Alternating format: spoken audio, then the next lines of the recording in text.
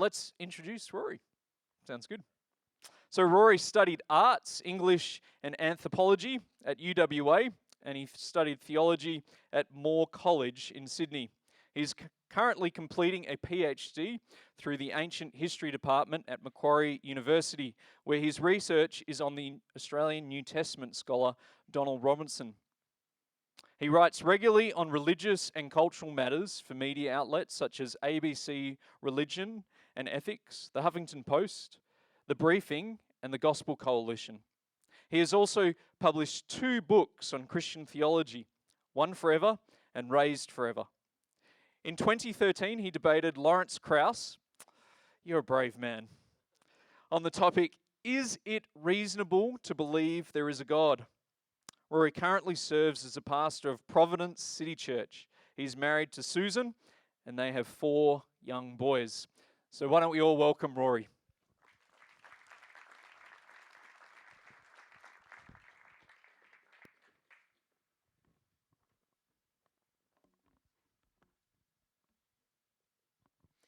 Well, thank you very much for coming out on a dark and windy night to think about these things with us. It's great to be with you, and as Lucas said, whatever kind of background you're from, whether you're religious or secular or whatever, I'm really excited to be thinking about these things with you.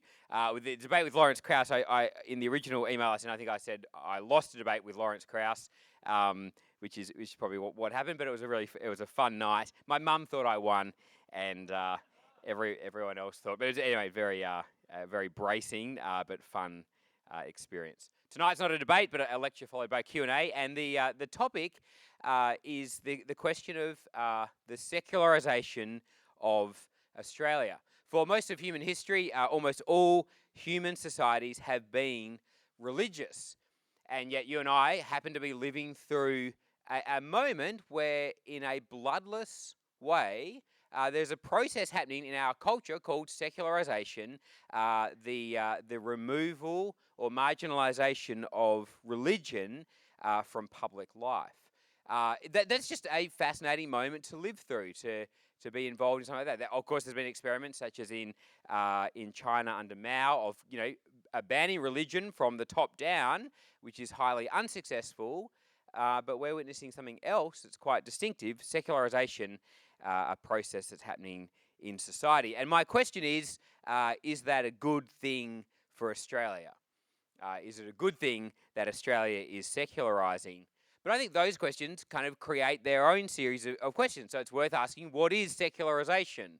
What is it? What are we talking about when we say that? And if it's happening, how would you know it's happening? Is Australia becoming secular, or was it always secular? Is that a thing that Australia is becoming, or is that how we were, and how would you measure it? Do you measure it by church attendance? Yeah, but what about the people who, as they say, believe but don't belong? So for everyone that's at church, maybe there's a whole ton of people out there that believe religious ideas but don't belong to a church. Or conversely, what about people who belong but don't believe? So it might be the other way around. There's a whole bunch of people who are in church and go, say, every week, but apart from that, don't pray, don't read the Bible. Those ideas are not ideas they subscribe to, or ideas that have any impact on your life. Would that culture be a secularized culture or not? And what drives secularism? Is secularism just a culture minus its religion? So that if you had a vacuum cleaner that could vacuum up everything called religion, and you get religion out of this space, then what you're left with is a secular space, a secular society? Or is secularism a thing, a replacement, something else, something other than a religious worldview, something with its own tradition and history and situation? So I just want to raise those as things that we're going to look at tonight as we come toward the question, has secularisation been good for Australia? And I want to approach the topic in 3 acts. The first act is to mark out the territory, to think about what we mean when we talk about the secular, about secularisation, and map out the terrain that way. Then secondly, I want to look at the empirical data. Is Australia secularising? What's the shape of our secularisation? What does that look like on the ground? And then finally, Act 3, coming to the question, is it good for Australia? And I want to give you my kind of preemptive answer to that. So if you need to go home halfway through, my answer to the question, has secularization been good for Australia, is it's complicated. I think the answer is that it's a complicated thing to give a straight yes no answer to the question, has secularization been good? And I think there are some things in the process of secularization that I have to say I think are good. I think it's a good thing that our society has done X and not Y in becoming more secular. And I also want to point out four areas at the end that I think are areas of real concern, where I think we might be losing something precious as we follow that process. So that's where we're going tonight. And I just want to do one more thing, give you a disclosure statement, two statements of self-disclosure, so that you can see that I've got a conflict of interest, and my biography might be weighing in on this. So the first one, which you probably picked up on already, is that I am a Christian, specifically like a standard issue, Bible-believing, creed-affirming evangelical Christian. So if you're listening to this and think, does that guy have a dog in this fight? Yeah, that's my background, and I'm trying to correct for bias. I'm trying to think, am I saying this? And I think at the end, 3 of my 4 points, I think, are grounded in stuff that we would share, whether religious or not religious, and then the last one is quite a specifically theological argument. So that's the first thing. And secondly, in terms of full disclosure, I also want to say that I am a work in progress in my grasp of secularization. So I've been studying this stuff for a little while. It's relevant to the research I'm doing at Macquarie. But as I prepared this lecture in particular, it's like when I was at Bible college. One of the sayings at college used to be that if you want to know the actual answer, like the emphatic answer to a question, then you ask a first year, because the first years know for sure what the truth is. And then the process of going through Bible college is increasingly thinking, well, that's actually, there's more options there, and that's a bit kind of weird and so on. And I think if I'd given this lecture maybe even 3 months ago, it would have been much better, because I knew what was going on. And now, having actually read up on it, I'm a mess. Not quite, but I've tried to be limited. And so what I want to do, I've got to give some of this material again in Sydney next year. So you're my guinea pigs, and I really want you to feed into this, call out stuff that's not right, help me to think through what it means for Australia to be secularising. We're all on the same page? Excellent. Act 1, what is the secular? I think the first surprise in the story of secularization and the secular is that the word secular is a theological term borrowed from Christian theology. It's not, or at least it was not, a negative word. It came out of medieval Catholic theology. The word secular meant of this world.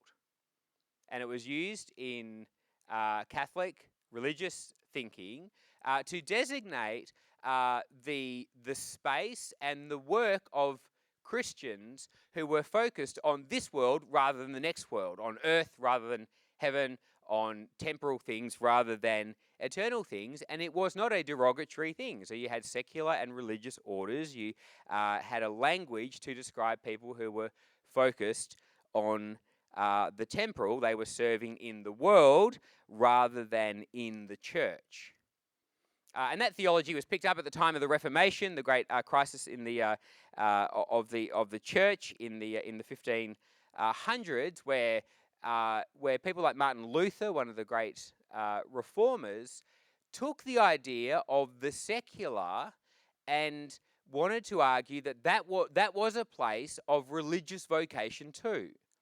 One of his great arguments was that the washerwoman, the baker, the person who is doing the secular work, the work in this world, are acting in honor of and in a way of worship toward God. And so Martin Luther wanted to recapture the value of the secular realm. And in Australia, when we argued in the 19th century for what sort of education system we had, we said as a nation that we wanted an education system that was secular and free. and Christians wanted a secular education. And I want a secular education, and I kind of hope, if you're a Christian, that you want a secular education, because maths doesn't change when you're Christian. That 2 + 2 = 4 is not something that you need faith. And when Australia wanted a secular education, they didn't mean an education that was free from religion, but an education system that affirmed the value of this world and brought people in on the study of this world in a way that was secular, that is, that was free, and that was paying its attention to the world that we're in. So it seems funny for Christians to be pro-secular, like a turkey voting for Christmas, but if you understand that secular is a word borrowed from Christian theology, and if you understand that in Christian theology God created the world and therefore the world is worth studying and worth working in, Christians can be pro-secular. So secondly, what is the word secularization? So the word secularization is a word created out of the word for the secular, which describes the process where a society becomes increasingly less religious. A society that is secularizing is a society where the space of the secular, the non-religious space, is grown and grown, and the religious space is getting smaller and smaller, like a kind of balloon getting bigger and bigger, and the religious being pushed out to the margin. And the question is that what's happening in Australia? And I guess I kind of want to ask you. So do you think that's what's happening in Australia? Does it feel like, look like, in your experience, is it a place where religion and the church are getting less and less relevant, and where the non-religious kind of secular space is growing and growing? What do you think? Well, maybe I can get you to turn of hand. Who would think that? Who thinks that they're living in a world that is getting more religious? Anyone think we're in a steady state? Anyone feel like that religion is becoming more marginal to our world? Sure. Yes, yeah. There's probably some distinctions there about this world versus the world. So what's happening in Australia is not indicative of what's happening in Africa or Latin America or Asia. And then there may be some media stuff there. But I think overwhelmingly that's the sense that we have, that we are a secularizing culture. According to Bruce Stanley, one of the Scottish researcher on these things, the three kind of indices you can measure secularization on, I put them into P's because I'm a preacher and preachers do that kind of thing. And I put it in under the political, the participation, and the personal. So a secularizing society would be a society where politically the influence of the churches or of religion is declining as regards public policy and and that sort of thing. Participation, you'd expect a decrease in rates of participation in Christian communities or in religious festivals. And then the personal, you would expect a decrease in people's beliefs in God, in prayer and in scripture and so on. Now, I wonder if I can put that back to you again. Do you think they're all decreasing at the same rate, some more than others, some faster than others? What's your sense of the decline of the political, personal, and participation of religious things?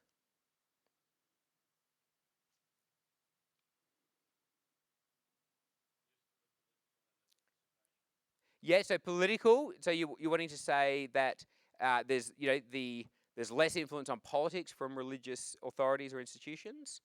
Yes to participation. Feels like less people go to church. That can be confusing. I was talking to someone recently that if you go to a growing church, you can think, oh yeah, man, church is nailing it in this country. This is getting bigger and bigger. What's actually happened statistically is that there were 10 lifeboats, 7 of them sunk, most people drowned, and the remaining got onto your lifeboat, right? And so you're there on your thing, and if you're only in the one lifeboat, you think, man, this lifeboat business is just booming, but actually the story is the opposite. So yeah, they're there, and then personal, up, down, across. Yeah, that's obviously the hardest one to measure, and we'll come to that in a moment. I wanted to point out those three and kind of parse them out a bit for you, because I want you to notice that not every society will have all of those shuffled in the same way. So you think about the United States of America, which has a formal separation of church and state since its foundation, and so it has a kind of, at least formally, a low, relation of the political to the of churches to politics, of institutional churches to the institution of politics. But the United States has extremely high participation rates and extremely high personal belief rates. Or conversely, you think of Western Europe, and particularly the United Kingdom in the last 100 years, that's got very high political connections between the church and the state. So you have the religious lords in the House of Lords and so on, who represent a ridiculously tiny group of people when you ask who are the people going to church that are representing them in the House of Lords. So for historic reasons, you see the United States and UK, the deck is shuffled very differently. But for a society to be secularizing, you expect all three of those to be kind of on a downward trend, more or less. A low influence of the churches on politics and policy and so on, a low and decreasing rate of participation in religious communities and institutions, and a low and decreasing rate of personal belief and personal devotion. So secondly, what about Australia? What's happening in Australia on those sorts of indices? Well, it turns out that you and I live in a country where about 68% of Australians report that they believe in a God or a higher power. So just let these statistics sink in. About 68% of Australians, on the bus, 68% of those people on the bus believe in a God or a higher power. And about 61% would say that they believe in specifically the Christian revelation of God. They would say that they're more or less Christian.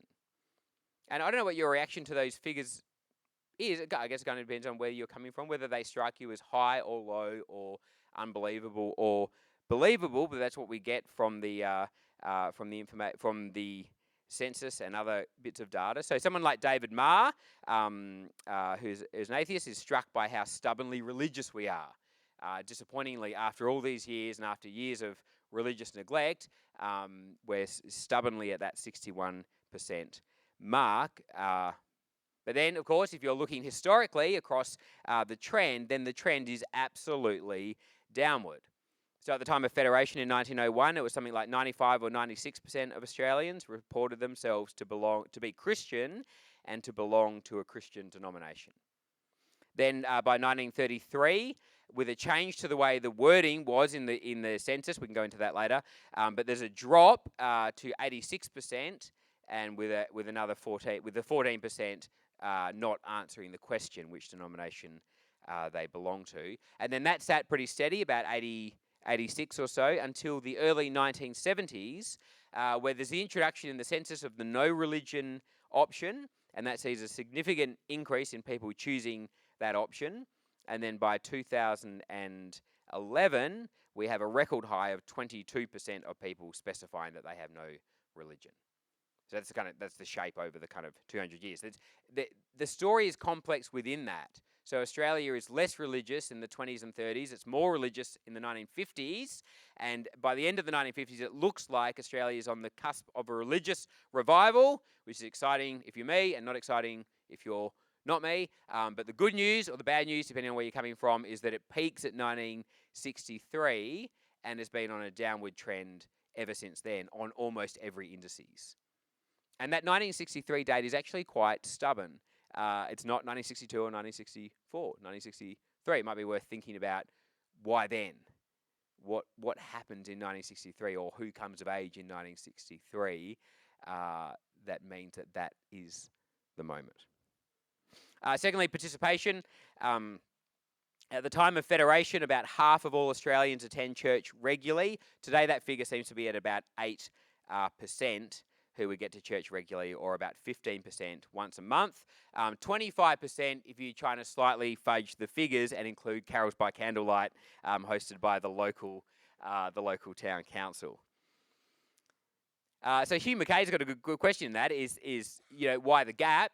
Why do you have a culture where you have 8% of people going to church, although 61% of people purport to believe that they think they should be at church? What's happened in that gap? Secondly, politically, as you may know, in the 1950s, the Labor Party split on religious grounds between Catholics, Catholics forming the Democratic Labor Party. Mannix in Melbourne was against conscription, and you had a massively religiously influenced anti-conscription in the war movement. And certainly clerics would be routinely, talked to ask about policy and so on in government. That is not the case today. I wanted to go slightly left on this if I can, because one of the ways that you think of is that, Christians are like anti-abortion. They're very kind of conservative on, on social issues and so on. But I think the other place you see it is that in 2003, 100% of churches were against the war in Iraq. Like every major statement. There was one guy, Tom Frame, who was equivocal about it, and then 12 months later put in a major apology and a hugely repentant thing for being equivocal about the war. There was one person that hesitated, but almost every church leader said, don't go to war in Iraq, and that had no effect. Or the vast majority of public statements from Australian Christians are very statistically very highly supportive of asylum seekers. As a group, Christians don't want asylum seekers treated the way they are. And again, almost every senior leader in Christian churches has wanted to say to the government, don't treat asylum seekers the way that you do. And that has, as you and I know, no effect on what our country does. A couple of things to point out there. Interestingly, while church attendance goes through the floor down to 8% and still going down, enrollment in Christian schools is going through the roof. So that's I just want to say that out loud. That's something to notice, that as you think about secularization, for some reason, parents who don't go to church want their children in increasing numbers to go to religious schools. Why is that? And according, again, to Bruce McKay, 88% of non-churchgoers like having a church in their area. So it's just kind of delighted to know that that's still happening, that there's just this tiny group of 8% of them or 8% of us, and good on them. I'm glad that they're here. That's the church I don't go to. So I think in summary, if you think about those things, the personal, the political, and in terms of participation, Australia's nailing it on all three indices. On almost any measure you can think of, with some weird exceptions like Christian schools, people are believing less in God, they're participating less in religious communities, and the views of churches matter less and less to the state. Now, next question, why is that happening? Why do you think it is that Australia is doing that? I'm happy to have you yell them out. What are your theories? What are some of the possible explanations for that? Yeah, church. Okay, so it might be that the churches have a bad reputation. Yep.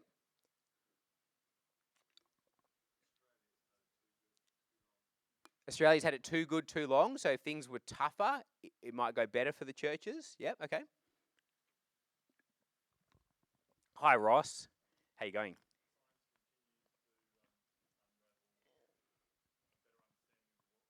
Yeah, that's right. So it could just be that in the marketplace of ideas, we're losing. That science is just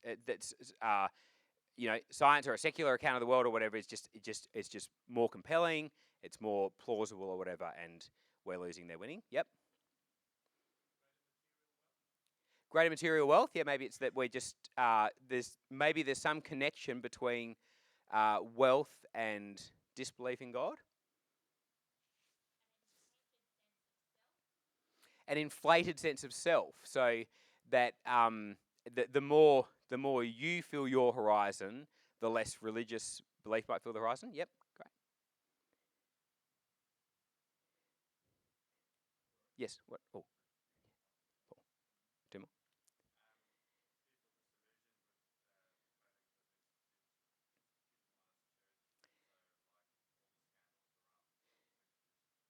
Yeah, so the scandals around child sex abuse and so on, maybe maybe the reason that people leave the churches. Yep, which maybe feeds into that wider distrust of the institutions. Yep, and there is a weird thing there where Australians, as you survey them, are terrifically unsupportive of the institution of the church, and statistically quite warm to the local church. And I've had that conversation at the school gate many times of like, a conversation about how the institution of church has done this, that, and the other, and what can you do but agree and say, yeah, I'm really sorry about that. That's terrible. And in the same conversation, anyway, I love what those guys are doing with the ESL class because that's really good for the people that have moved into our area. And people are able to distinguish the institutional church from that group of 8% of the local community that gather together. Yeah. And Paul.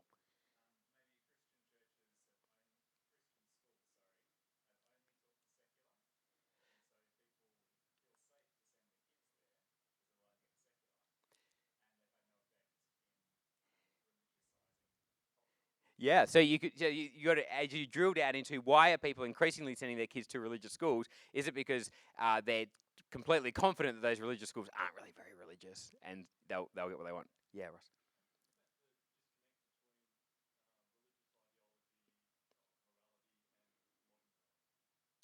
Yeah, so great one. Yes, so you've got a situation where you've got a increasingly where we increasingly don't speak the same language that religious people and secular people, where the burdens of Christian morality seem unrealistic or onerous or counterproductive or immoral. Yeah, yeah, yeah. I think that's yeah, absolutely cool. Now, what I want to do here is just to point out that one more.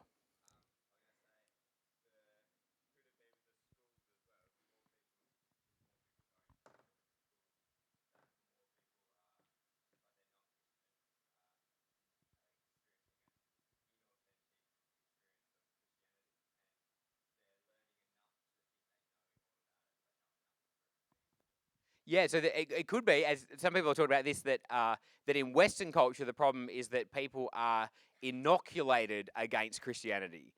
So that there's enough Christianity in the system to get like when you're inoculated against the flu, you get a bit of the flu, so you don't get all of the flu.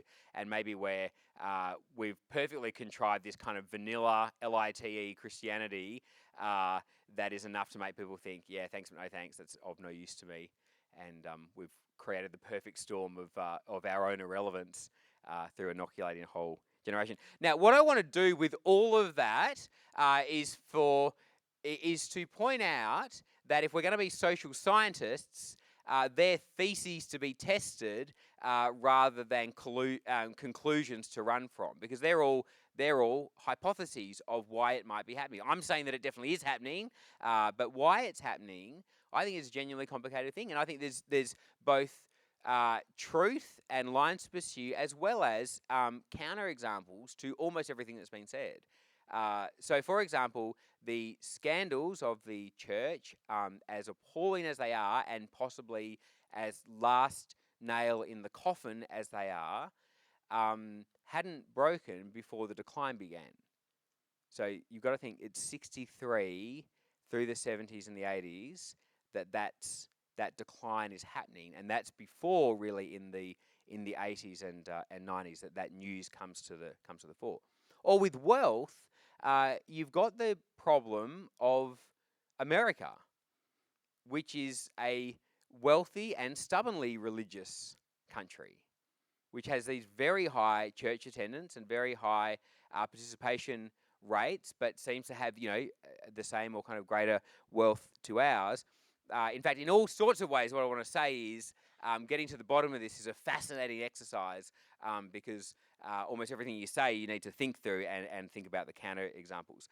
There's a thing called the secularization thesis, which was developed by sociologists in the 60s, which said that modernization precipitates secularization. That there's just this big package of stuff of like, free markets and technological societies and so on, and they're always going to push away religion, and that's what's happening. And of course, America was the great exception to that. And to an extent, Southeast Asia has been an exception to that, where economic growth has been married with a rise in religious expression. So, 2 generations ago in Malaysia, the Malays were less devout in terms of Islam than they are now, although that generation is richer than the one that went before it. So you've got all that sort of thing to kind of feed in and try to make sense of. And so the secularization thesis works well for Australia, New Zealand, Canada, and the rest of Europe, but you've got a lot of exceptions to try to push into that. I'm going to skip on because I think I'm going to do our time. I was going to talk about this. There's bottom-up and top-down approaches. The top-down approaches tend to think, it's ideas that led to this, that the Enlightenment or the Reformation or back, there are these ideas that have slowly worked their way out into the system. That tends to be philosophers and theologians, and then historians and sociologists tend to say, no, it's bottom up. It happens very quickly, happens in the 60s. It's because of a few short, sharp things that change in the society and precipitate the decline in religion. We can maybe talk about that in question time. But what I want to do is come here to the question that we came to think about tonight as we finish. Has secularization been good for Australia? I've tried to say that it is happening. I think the reasons for why it's happening are complex, and I think I'm at least not persuaded by any one person's claims on that, but we come to the question, is it a good thing? If I can put it like this, imagine a future in Australia where every trace of the Christian religion is vacuumed out of our culture and out of our country. Because that is what's happening now. The other thing you need to know is that history is never linear. So what's happening now is almost certainly not going to continue in a linear way. But just do the thought experiment with me. What if every church building becomes a Persian carpet warehouse? What if every Bible vanishes from every bedside table and gets locked up in a public library where it gathers dust on a shelf? What if there's never another praise song sung or written in Australia? What if there's never another communion service performed or another person baptized or another good deed done because of Jesus? Would that be a good society? By the 2021 census, it looks like Christians maybe will fall below 50%, become an actual statistical minority. What if that keeps going and we become a entirely post-Christian secular society? What's that society like? And here are my 3 goods and 4 cautions. I think one of the great gifts of secularization has been the end of nominal religion. The process of secularization has completely taken off the table the idea that by going to church and by feigning or acting out interest in God, that will be good for your business, social prospects, respectability in society, and so on. And I am that kind of Christian that thinks that kind of world is a net loss to true Christian faith. I'm one of those Christians that thinks that Christianity doesn't flourish when you have to fake it to make it.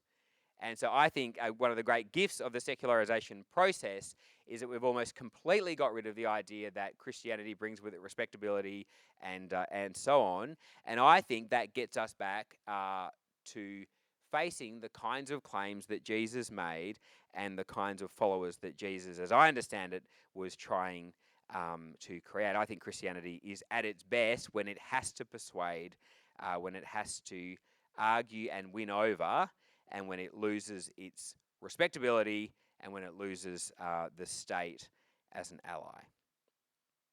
Secondly, and perhaps relatedly, I think, and I don't know what to do with this, but I just want to say it out loud because I think it is true, the process of secularization has done to our culture what Callum Brown calls turning our culture from a society of respectability to a society of respect.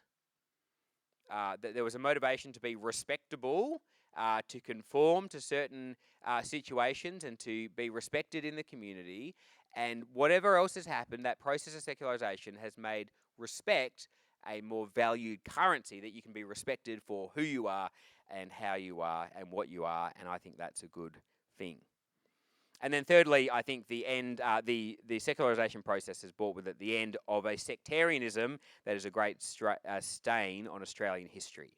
In David Malouf's 1998 Boyle Lectures, Malouf talks about growing up as a Catholic in a country massively shaped by the conflict between Protestants and Catholics. And in the Boyle Lecture, David Malouf, the great Australian author, talks about how in the 50s and 60s there was a great fear amongst Protestants that one day Catholics would, by breeding and conversion and immigration, become the majority religious group in Australia, and how awful that would be. And he points out that in the 1980s, that happened and no one noticed. Because somewhere between the 50s and the 60s and the 80s, that sectarianism just almost entirely vanished, and it wasn't a pretty thing, and I think we're all glad to see it gone. Okay, and finally, the dangers of secularization. Here are the 4 things I want to throw at you, in which I think secularization is at least a mixed blessing, if not a negative for Australia. And just I'll refer you to the earlier part of the talk where you know that I have got dogs in this fight. Number 1, diminished knowledge. Secularization, in the modern sense of the active exclusion of religion from study and from thought and from our own self-understanding, I think is a profound negative for our culture, because our culture, whether you like it or not, is profoundly and hugely shaped by its Christian heritage, as almost anyone studying our culture from the outside knows. But as you know, fish are the last people to ask about water. We're in it and we don't see it. It's a hugely shaping part of our society. And aggressive secularism, I think, has masked us from that self-understanding, the way that Christianity and the Bible has so shaped our institutions and our situation. So I bring to the stage, or to the witness stand, Richard Dawkins, the great atheist and biologist, who says, "I don't know how a person could consider themselves to be an educated person and not know the King James Version of the Bible." Richard Dawkins, hugely in favour of the Bible being studied in schools because he understands its place in our culture. Or Christopher Hitchens, my personal favourite of the new atheists, now sadly not with us. In a conversation with Philip Adams, the great Australian atheist, both were agreeing with each other about the glories of atheism and secularism and how terrific it is to not be religious. And then Adams, in the interview on Radio National in the early 2000s, makes a misstep with Christopher Hitchens, which is always a dangerous thing to do with Christopher Hitchens, because he won't hold back no matter who you are. And Philip Adams says, and wouldn't it be, they're egging each other on, he says, and wouldn't it be great if all, Bach didn't have to write stupid masses, and if the buildings weren't built for churches, and if the poems weren't written to God. And Christopher Hitchens says, "Oh, no. And he says, "No." He said, I wouldn't doubt for a moment that those people were utterly sincere in what they were doing, and I wouldn't doubt for a moment that they would not have created what they created if they didn't believe what they believed." And then he says, I don't want to be in a world that doesn't have Gothic cathedrals. And I don't want to be in a world without the poems of Hopkins, and I don't want to be in a world without the music of Bach. And they are absolutely come out of their religious faith. So I want to say that we are shooting ourselves in the leg if we make a secular society that is a society that actively excludes the knowledge of the Christian religion in the West. Secondly, I worry about the demise of what sociologists call mediating institutions. So if you pull back a bit for a moment, we've had this kind of depressing for me, maybe exciting for you, look at the way that the church has declined in the West. But again, if you can be a sociologist for a minute, stand back and ask the question, what has happened to volunteer organisations since 1963? And the graph is going to tell you that actually all of them have hugely precipitated, and in some ways the churches are the last volunteer group standing. And I think it's a scary thought to think of a society without what sociologists call mediating institutions, without the institutions that are not run by the state or by business I think that gives you reason to pause. Do you really want a society without community-based associations? The state uses coercion, it has a monopoly on violence, and business works for profit. And a society in which everything we participate in is ultimately either coercive or money-making, to me, is vaguely terrifying. Atheists and secularists have rung this alarm bell too. So Alain de Botton, for example, in his book Religion for Atheists, takes for granted that there is no God and that religion is not true, but he puts that aside and says, but you know what religion does so well? It fosters community and ritual and joy and thankfulness. And so Alain de Botton proposes that he and his fellow secularists raid the religious cupboard and learn from churches how to form communities and foster thankfulness. Third one. One of my third concern is how long can we live off the moral capital of Judeo-Christian thought? At the Sydney Writers' Festival this year, there was a terrific interview with Hugh Mackay by Eleanor Hall. And Eleanor Hall was talking to Mackay, who is an agnostic, and talking to him about the decline of religion. And Mackay is a bit like Alain de Botton in that he takes what religion does seriously, but thinks what it believes is just silly. And Hall says to Mackay, out of his recent book, you ask us to embrace a world, listen to this, you ask us to embrace a world of compassion and loving kindness and grace, and who could possibly disagree with that? You ask us to embrace a world of compassion and loving kindness and grace, and who could possibly disagree with that? And my thought is quite a lot of people. Because it is by no means historically or philosophically self-evident that compassion and loving kindness and grace is what should drive a moral vision in the world. So almost everyone in the Greco-Roman Empire before Jesus did not believe that. Did they look after their children? Of course. Did they show compassion for their families? Were they people that you could work with in good faith? Of course. I'm not saying any of that. But the idea that compassion and loving kindness and grace are virtues is not in Aristotle. It's not in Plato. It's not in Mill. It's straight from Jesus. It might be wrong, but that's where it comes from. David Bentley Hart praises, he's a theologian, praises Friedrich Nietzsche as a man of immense culture who could appreciate the magnitude of the thing against which he had turned his spirit. And he had the good manners to despise Christianity for what it actually was, above all for its devotion to an ethic of compassion. Fourthly and finally, and this is my outrageously theological concern, I think in a secularized Australia, we will not end up worshipping nothing. I think we'll end up worshipping anything. My argument is this. According to the Bible, human beings are hardwired for worship. We are hardwired to find our significance and security in things that are greater than us. We are hardwired to want to offer thanks and praise to someone. And according to the Christian claim, when we deny our instinct to worship, it's like trying to push a balloon under the water. It just keeps finding its way up to the surface again. And when you deny it, it keeps coming up in weird and munted forms. It's what the Bible calls idolatry. Has anyone seen the classic 60s film Endless Summer?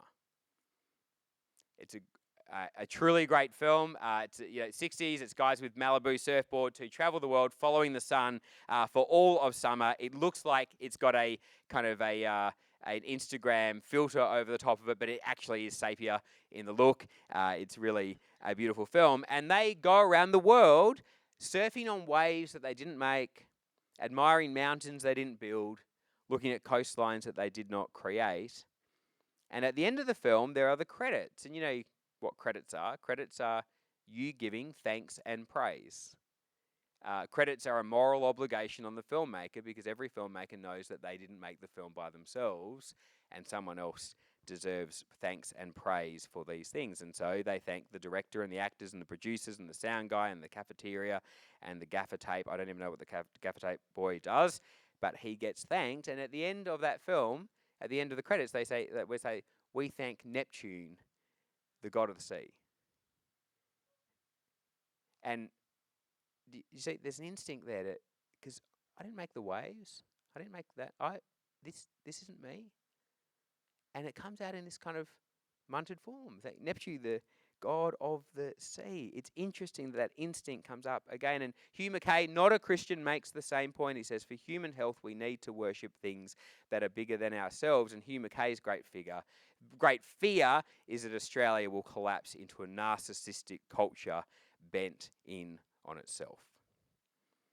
I want to finish with the words of David Foster Wallace, again not a Christian, the great American novelist who sadly took his life midway through his career. In his famous commencement address, says this, that you should worship something, he doesn't care what, but worship something at least bigger than yourself, because, says Wallace, pretty much anything else you worship will eat you alive. If you worship money and things, if that's where you tap into the real meaning of life, then you will never have enough. Worship your own body and beauty and sexual allure, and you will always feel ugly. And when time and age start showing, you will die a million deaths before they finally plant you. Well, welcome back. Oh, I'm very loud. Awesome. If you've got any questions, you can still get them in. Adam's still sorting through some more down the front here, so feel free to get those in as we continue on. Well, that was really, really cool, and it sort of opened my mind up to many questions, the way you laid out this topic, and so I think you've set it up really well in getting into this Q&A. So we'll spend some time asking Rory some of your questions. So the first question I've got here, what do you think from your research happened in 1963 to contribute in the major way to the decline? Where do you think secularization is taking us, the world? What will be the outcome? So the first question, 63, and the second question, where is this whole thing taking us? So 63. So that's a pretty firm date in Australia, in the UK, Canada, and New Zealand. Okay, it's not as memory serves. Scandinavia, the kind of date for decline is later but faster. So Scandinavia sticks with kind of religion a bit longer into the 70s or something like that, and then suddenly goes down in a huge way. And America is kind of the great exception, and worth thinking about why that is. Also worth thinking whether they're just late to the party and that's happening now. That's possible.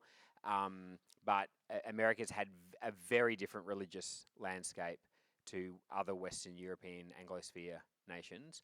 So 1963, I don't know. It's in Australia in 1959. You have the Billy Graham Crusade, which happens at the end of a decade of modest religious revival. So the 1950s, you do get a little bit of a trend upward in some places. The Billy Graham Crusade comes in and is well, if you read the primary sources, Christian leaders think we're on the edge of a revival because this is something significant's happened. So 1959, you have Billy Graham, and then 1964, you have the Beatles. And somewhere in a very short period of time, it goes from an American evangelist filling the stadiums to the Beatles. And then you think about the Beatles, in 1964, they're singing I Want to Hold Your Hand. In 1969, they're singing Why Don't We Do It in the Road? So, you know, you think of the Beatles, don't you? I think of the Beatles as like, they must have been together for decades because they go through a kind of innocent, kind of hailing the comets phase. And then they go through a kind of more, and they go through the psychedelic phase and the kind of Yoko Ono phase and stuff like that. And that all happens in this tiny period of time. But that's just telling you effects, not causes, unless the Beatles are the cause. But I think they're an effect. Just like I think Billy Graham turns out to have been the culmination. No, I'm not denying anyone's personal conversion at that time or whatever, but turns out to be the culmination of a decade that then goes into decline. It could be to do with the war. So that's when the 63 is when the baby boomers show up to university. Isn't that right? My maths is always bad. Born in 45. So you come back from the war, light the candles, have a nice meal, one thing leads to another. And 9 months later, there's this baby boom and they all show up. And so some people have said to work out why it's 1963, you need to go back and work out who were the parents of the baby boomers, how did they raise their children, and is there something in that? Or what is it about the economic situation that means suddenly in 1963, that moment is there where, the pill, Philip Larkin says sex is invented in 1963, the poet.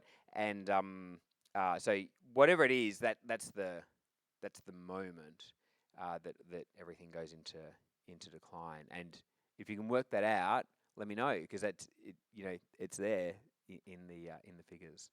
Yeah. Do you have theories, or has anyone written a thesis on this or something? Did the hippie movement have anything to do with this? Yeah, so the hippie movement the hippie movement's interesting because it's whether you include that as cause or effect, is that what that generation produced, or is that what produced that generation, is part of the question. The hippie movement was not atheistic on the whole. It was quite. It wasn't driven by atheism. It might have been post-Christian. There was a significant Christian revival within the hippie movement. There was a lot of the drug taking was religiously motivated, and so it may be that would be worth pursuing, because that's one of the things that becomes true in that period. So it'd be worth pursuing that line. Yes. Yeah. Yep. I've got a theory, no thesis. I can imagine the fathers that came back from war and then were dealing with post-traumatic stress and stuff were possibly not very functioning as fathers, and probably were slightly disillusioned with life, having seen so much suffering, and may not have first been fathers that exemplified the Heavenly Father, with their brokenness, and also perhaps had a blockage to actually sharing religion as a result. Huh. Yeah, okay, interesting. And certainly you want to think, was there something in the way that the war generation did parenting? And David Brooks, the New Yorker author, he writes for the New York Times.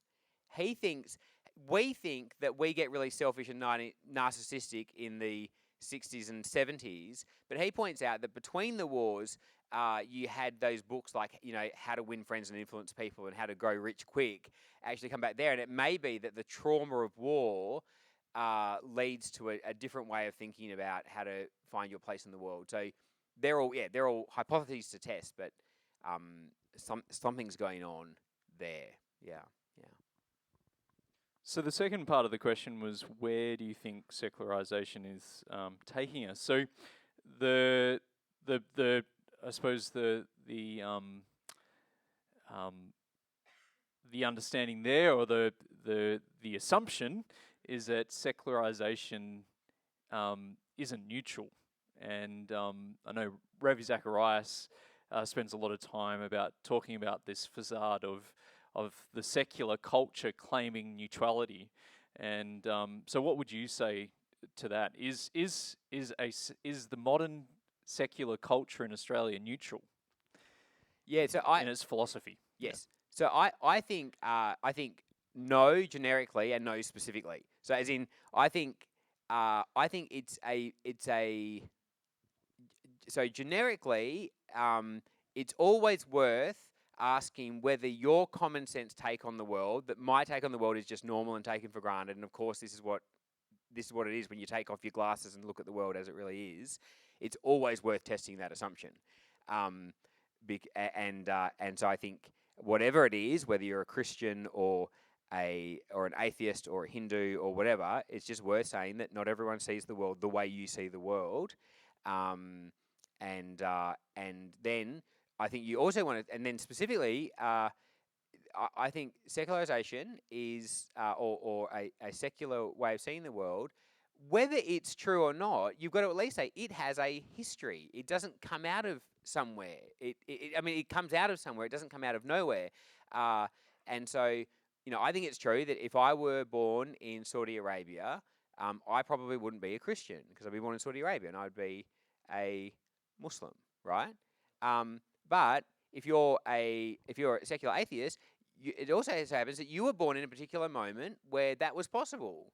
And I bet you would be a Muslim if you were there, and you would be this if you were there. And so I think that argument is just a truth of whatever position you hold.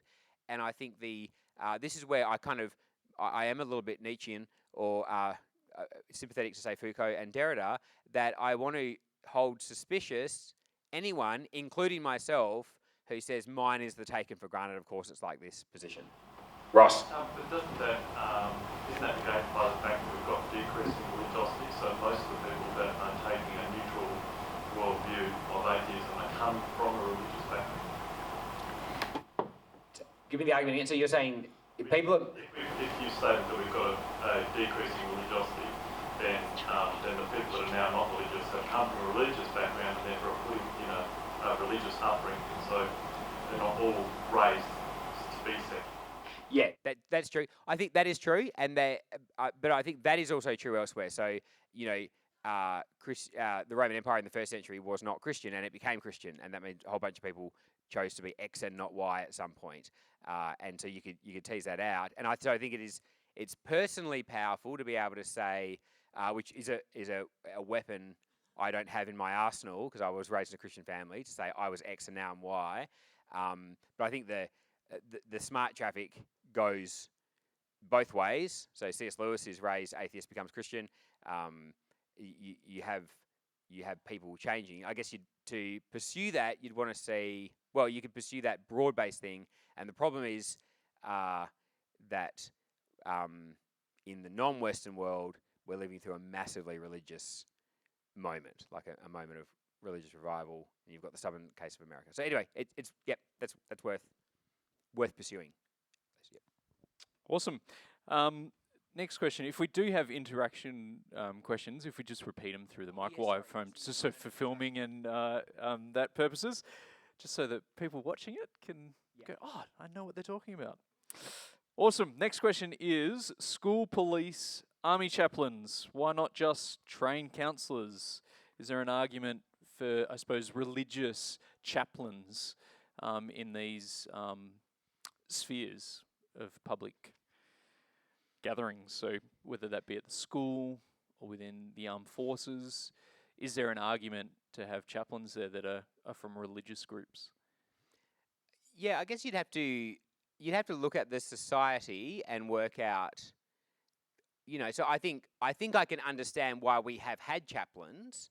So it's not crazy, and it's probably maybe still not crazy in a society of 68% religious belief and 61% Christian belief, to think that that you might expect the army to be 61% Christian, and that they might appreciate the ministry of a chaplain, or I think the population at UWA where I was a student is 2% Muslim, and that's enough with 16,000 students to think 2% of 16,000 is enough to think, oh, here's a need that maybe we could provide for. So I don't think I've got any in principle problem with that. But I think you'd want to keep checking it, and you want to keep checking that you don't wake up. So I think, for example, I would be opposed to. I would think that the religious lords should probably withdraw from the House of Lords, because it's not because it was always crazy, because it just does seem crazy now, like to have that representation for such a tiny minority of people. There might be some counter argument to that or whatever, but I don't think you want to think because something made sense now, it makes sense then, and you want to kind of, So I think another one is I think the way churches are and aren't taxed is worth reflecting on, because churches were understood to be, and I think empirically this certainly was true, that churches were doing a whole lot of heavy lifting, that if the welfare state had to take it on, would be a huge burden on the welfare state. But you have to keep checking it every moment and think, what do churches actually do? What is the situation? And so I think a lot of things that look anomalous or weird, you have to reverse engineer to see when they made sense, and it doesn't mean that you need to keep them on. Yeah. Yep. Awesome. Oh, I like this question. In your research, did you look into countries that would have already undergone secularization, and how do they function socially, etc.? So, some of my thoughts was just those Nordic countries that have sort of undergone. They've probably gone even further than what Australia has experienced to some degree. But really interesting in that a lot of these countries still have the state church connected to the government or to the monarchy. So how have they gone? Have they been successful? Do they lobby the cause for a secular culture and something that we should pursue as a country? Yeah, I reckon they're definitely. I reckon the Nordic countries are definitely. They're definitely in this discussion relevant data, because they are, like I say, as I remember the statistics, they start the process of secularization later but go faster, and so at one level you just haven't got a lot of time to deal with. Like they've recently had that major secularization in them, and you'd have to work out what the you'd have to work out what you'd have to. You'd have to know more. I mean, I'm favourably disposed towards Nordic countries because like the furniture seems really great and affordable, and Do you hang at IKEA a lot? so yeah, I mean the $1 hot dogs and stuff like that. They're hard to argue with. No, and you'd also need to work out what is explained by why is it Scandinavia? Like why isn't it like why aren't there 4 countries remote from each other that are all similar? Why is it 4 countries that are right next to each other that are similar? And what's been shaped by what? Yeah. Absolutely. Can I interject a little bit of information into that question? In the analysis of the countries with the least religiosity, there's a direct correlation, not causation necessarily. So countries like Japan, Scandinavia, New Zealand, Australia, the less religious the country is, the higher they perform in all of the, so less murder, less rape, lower teen pregnancies, all of the health and criminal statistics are lower in those countries. Yeah. And there's a direct correlation, even if you look within America, the states of high religiosity have the highest rates of child pregnancies, abortions, pornography use, all those things that we would consider to be, simple as that. Sure. Yeah. Thank you. I've heard. So Ross is saying that there's a correlation between some what we'd probably consider positive outcomes socially and stuff in Nordic countries with low religiosity and not just Nordic. You were saying it might be some sort of geographic thing, but it's Canada, Japan, New Zealand, so all over the world. Right. Okay. And across cultures. So you made the argument that there's something to be explained about how highly secularized countries also have good outcomes in terms of crime and that sort of thing. Well, yes, just answering the questions. Yeah. Okay. Cool. All right, we'll move on. Is this not more a sociological question?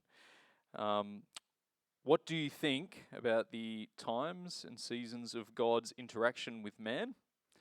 How much can we really explain, and what's the value in trying?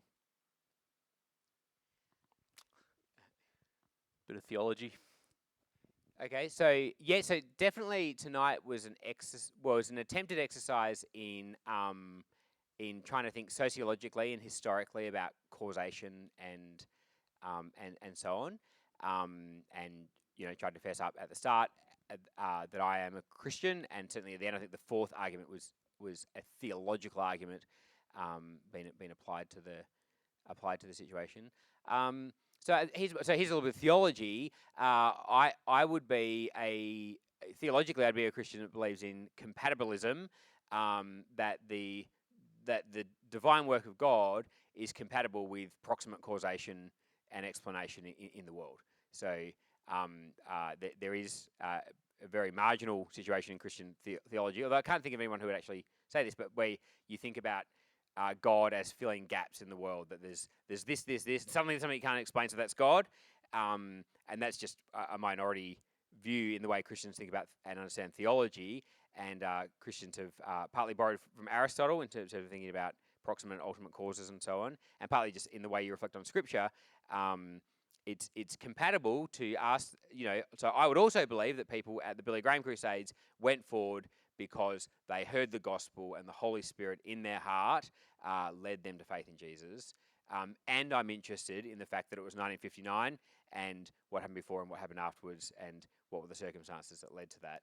I think you can, that's a doctrine of creation met with a doctrine of soteriology. Yeah. Just a quick personal question. Before venturing into studying this subject, how has your views changed in regards to the engagement of the church within a secular culture that we find ourselves? How has it changed? In terms of my understanding of what the church is doing and should do, Yeah. So I think so. As a friend of mine who's working on a project on this, the church is kind of better and worse than you imagine. So if you're going to do this, kind of research and not just go looking for the data you want, there are some harrowing things to know about what Christians have done, and gut wrenching, sleep stealing, horrible things, and you can't put them all away as that was, I don't know, they were drunk or they didn't know what they were doing. Like there's appalling things in the history of that people have done in the name of Jesus. I think I kind of, because I came from an arts background and from anyway, my story's not worth telling, but I think I kind of came through with thinking that the only good thing about Christianity was Jesus, and everything else was awful. And the great miracle of Christianity was that you could still see Jesus in spite of 200 years of unmitigated disaster, and that's not true. So actually, as well as being sometimes stomach churning, a study of the Christian faith, especially I guess me coming from the background of thinking, I don't even want to look under that horrible piece of corrugated iron to see what's crawling there, has been really in a crazy way, faith building, to think both in those intellectual things, the way Christianity, the way Christian doctrine quite specifically gives birth to a doctrine of human rights, the way compassion is brought into as a centerpiece of ethical thinking in a way that it wasn't. Charity, so the idea, so no Greco-Roman thinker thought that charity, which we translate as love now, was a cardinal virtue. It just wasn't. And so that idea, and Jesus, just like as a matter of history, you don't have to sign up to Team Jesus to know this, that it's Jesus that brings online the idea that charity should extend beyond your kinship network. So Judaism had a strong history of compassion and of charity, but it tended to be intra-Jewish charity, and it's Jesus that trips the wire to thinking that you owe an obligation to someone outside of your network just because they draw you. So none of that is to say that non-Christian people aren't kind or don't love stuff like that. It's just a historical argument, because the truth is that morality is not fixed. Their morality changes over time, and that's one of the changes that Jesus brought online. Yeah. We got a couple more there, Adam. Awesome. Thank you, sir. So you seem to say that secularization is a separation of religion from the state. What is religion? Why not say everyone has a worldview, and so the state should be pluralistic and embrace freedom for Christianity, Islam, Buddhism, atheism, etc.?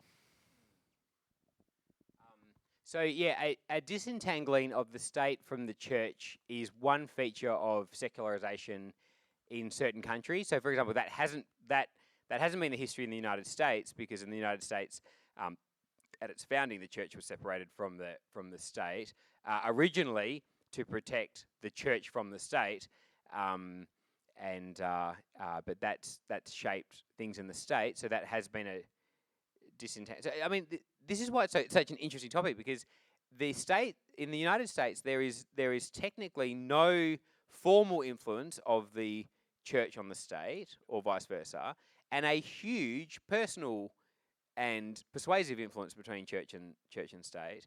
Whereas in the United Kingdom, you've got a whole bunch of people who are in the House of Lords because they are bishops and they have almost no influence on anything that happens.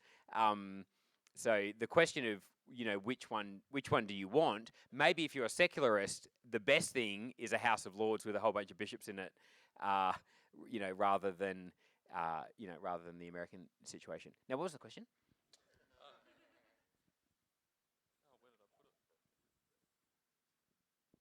So first of all, what is religion? And why not say everyone has a worldview, and so this state should pretty much stay out of it? Yeah. Yes. So one of the questions. So we spent a whole lot of time defining what secularization is, and no time defining what religion is, which again is a whole interesting question in itself. So if you think about the history of Australia, and you go back beyond 1770 and ask the question: is Australia in the Indigenous history? The word secular doesn't make sense because the word religion doesn't make sense. There's no, as I understand it, in Roy Williams' book, there's no there's no Aboriginal word. There's no word in any Indigenous language for religion, because you would look quizzically and say, "What do you mean? What is this thing that you separate out from the rest of life?" So yeah, and in some ways, the idea of religion is a weird thing, because it's it kind of religio from the Latin means what binds life together, what holds things together. So you look at the Jewish community and think their religion is the thing that keeps their community together, and you look at the pagans and they're kept together by this stuff and those practices and those rituals and so on.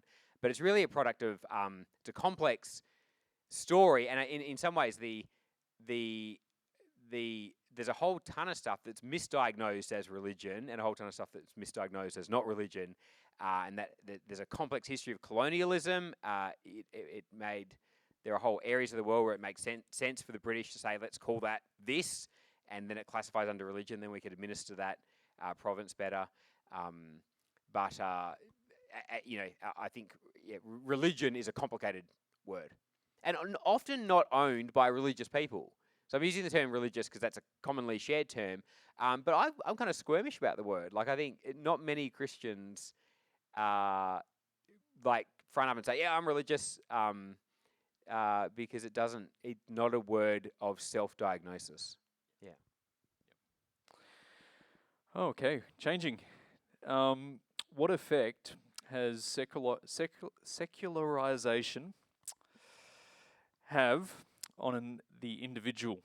So in regards to their identity, namely this person's thinking around obviously the big debate between the Christian worldview and is the same-sex marriage debate in Australia. So how has, I suppose, our culture, in regards to our secular culture, defined what identity is within the human? It just sounds very deep.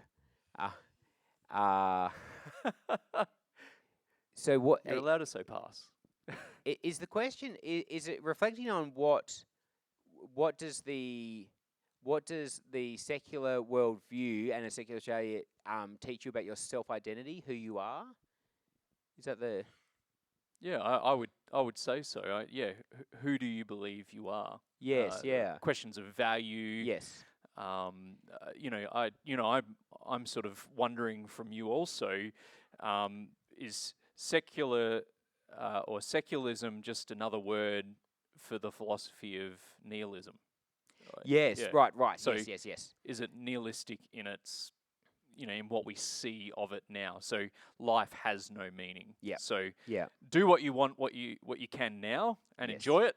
Yeah. Because there's no other reason. Yeah. Yeah. Yeah, and I totally think that's. Here's where I want to be careful. I do think that or something like it is the moment that we're living through, in a moment that you would call the post-Christian secularizing Australia. Now, then I want to pull way back and say, I'm not saying that that's the necessary corollary of any individual atheist, or even that atheism is driving that. And the truth is, for both atheists and Christians, Orthodox atheists and Orthodox Christians are much rarer than practicing Christians and practicing atheists. So there's a lot of people who purport to be atheists, and when you drive down, they're not Orthodox atheists. It's kind of there's a mess of confusion, and the whole ton of Christians where you work out what they mean by Christianity is what the sociologist Christian Smith calls moralistic therapeutic deism. So, if you think all these people, you think, oh, they're saying they're Christian, so that they must believe the Nicene Creed, and they believe in the kind of perichoretic relations on the inner Trinitarian life of God, and the Chalcedon definition of the Christology and so on. And you think, no, that's instead of someone saying I'm Christian and we impose that on them, it's worth asking from a sociological point of view. Okay, so Christian, sure, whatever. What do you do? And it turns out that whole vast swathes of things that goes under the label Christianity is actually what they call moralistic, that there's a God in heaven who's telling me to do A and not B. Therapeutic, that his main job is as my therapist. And deism, meaning that he occasionally interferes with my life at points of needing parking spots and so on. And so, what am I saying? Anyway, so what I want to say. So anyway, but I do think there is a moment where where nihilism, wherever that's come from and wherever it's going, is becoming an increasingly kind of default position. And I guess the future will tell. Say the secularization process continues, will secular thought be able to provide the resources for meaning and purpose beyond itself, and what kind of communities will that form? And I think everyone in this room, we have to say, we don't know yet. Like maybe the Nordic countries where that goes, maybe it's not. Maybe how that works out has to be tested. But you have a moment that a lot of people who aren't Christian agonize over, because of that huge decline in volunteer community groups, rises in despair, and I guess what we kind of recognise is just kind of trivia, trivialities. Yeah. Do you think that all points of view are worried about the decline of the church because of community participation? There'll be a decrease in community participation. Do you think that's a broad worry? We talked about that people aren't particularly too fond of the institution of the church, but don't mind the local church. Is that because of that community interaction? That's right. There's a safety there. So I think there's a sense in which that kind of 88%. Oh yeah, I love the fact that there's a local church there and that it's fully functional. Is just that whatever else you think about Christian communities, is that they if you look at the statistics, all the volunteer societies went like that, and Christianity kind of went like that, and is actually the glass half full thing. Christianity is hugely successful at continuing to maintain volunteer associations in spite of a culture that makes being involved in volunteer associations very difficult. All right. More of a more pure apologetic question, and that is, what are the key spheres of influence that Christians can target to renew hope and inquiry into Christianity, particularly in relationship to people standing up for Christian beliefs in politics, and how best can that be done?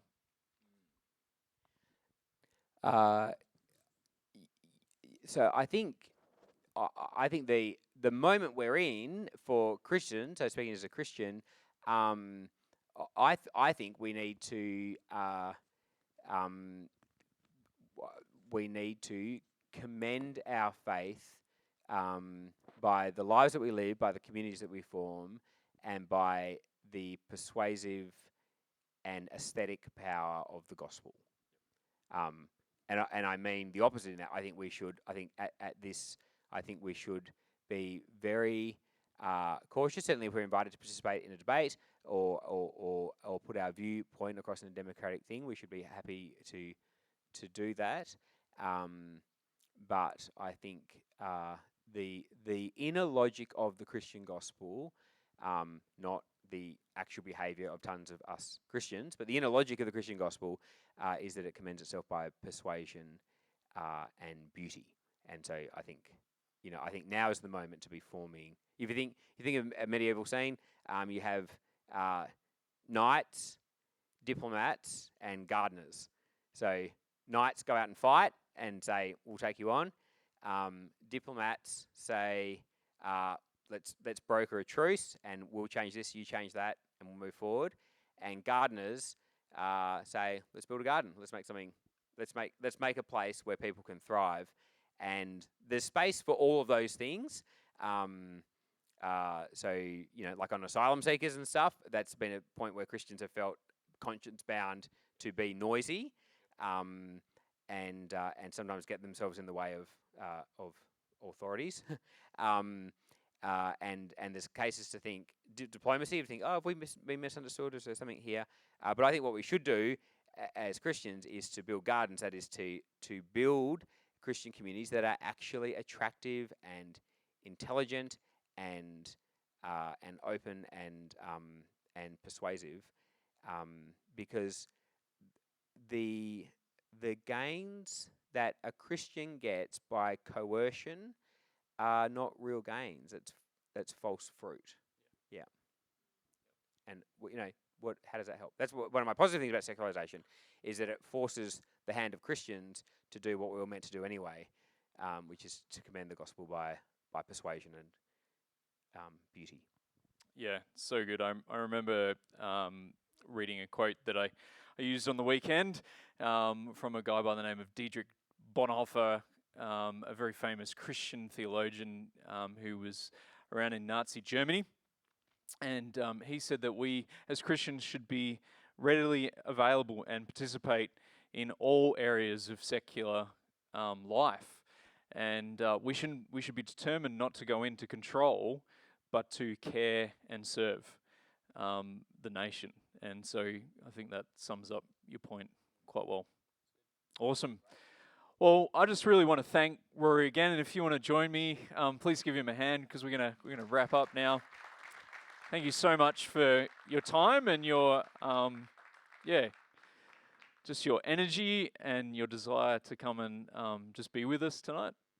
Huge blessing, man. Yeah. Well, thank you so much.